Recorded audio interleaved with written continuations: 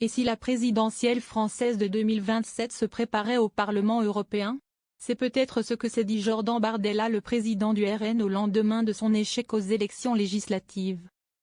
Le voici désormais membre de la prestigieuse Commission des Affaires étrangères du Parlement, lui qui était jusqu'à présent à la Commission des pétitions. Loin d'être la plus prolifique, où l'on ne s'inscrit en général qu'à titre secondaire. Aux Affaires étrangères, il siégera aux côtés de Raphaël Glucksmann, Bernard Guetta, Nathalie Loiseau, Marion Maréchal ou encore Rima Hassan.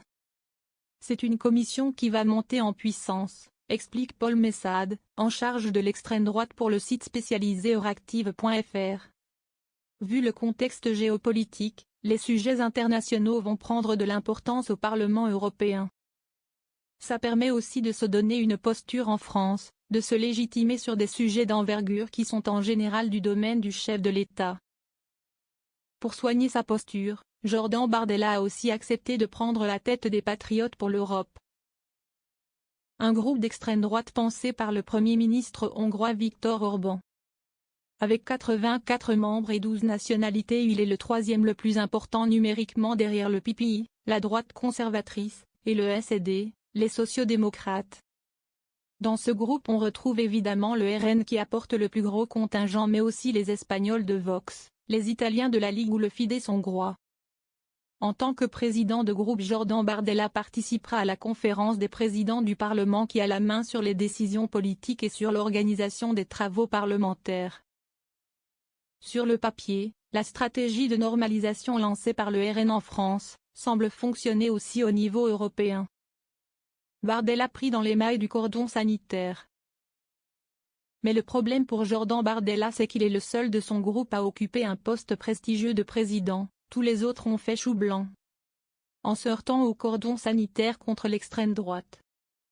Un cordon, qui existe depuis les années 80, les partis politiques pro-européens s'accordent pour ne confier aucun poste à responsabilité à l'extrême droite.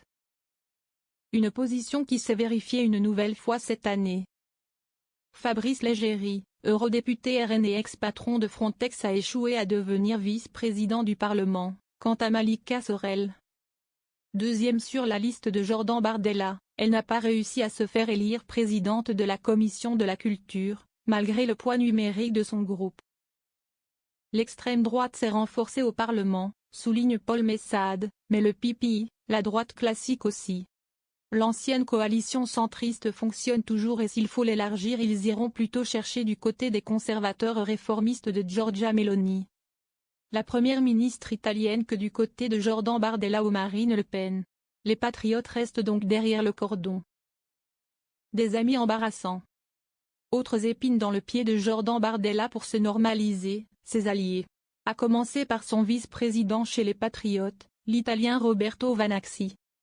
Un ancien général ouvertement raciste, homophobe et pro-Mussolini. Après avoir découvert son CV sur le tard, le patron du RN s'activerait en coulisses pour débrancher ce numéro 2 gênant proposé par son allié de la Ligue Matteo Salvini. Autre allié encombrant, Viktor Orban. En siégeant à la Commission des Affaires étrangères, Jordan Bardella entend normaliser la position du RN sur le dossier ukrainien. Sans soutenir l'Ukraine, il peut dire, et il l'a déjà fait, que la Russie est une menace pour l'Europe, précise Paul Messade. Mais comment défendre cette position alors même qu'Orban, allié historique du RN, rentre d'un voyage auprès de Vladimir Poutine, début juillet? Il y a un problème de double discours entre ce que fait le RN à Paris, ce qu'il veut faire à Strasbourg et à Bruxelles et la position de ses alliés pro-russes. Souligne Paul Messade, mais en même temps, il est difficile pour Marine Le Pen de renier 15 ans de diplomatie avec Orban. Et puis elle ne s'entend pas avec Giorgia Meloni, donc il ne lui reste qu'Orban comme allié. Jordan Bardella et elle peuvent néanmoins s'en sortir en disant que la diplomatie fait partie de la souveraineté de chaque pays et qu'ils n'ont pas à se mêler des affaires d'Orban à ce sujet. Une porte de sortie avant la prochaine déconvenue?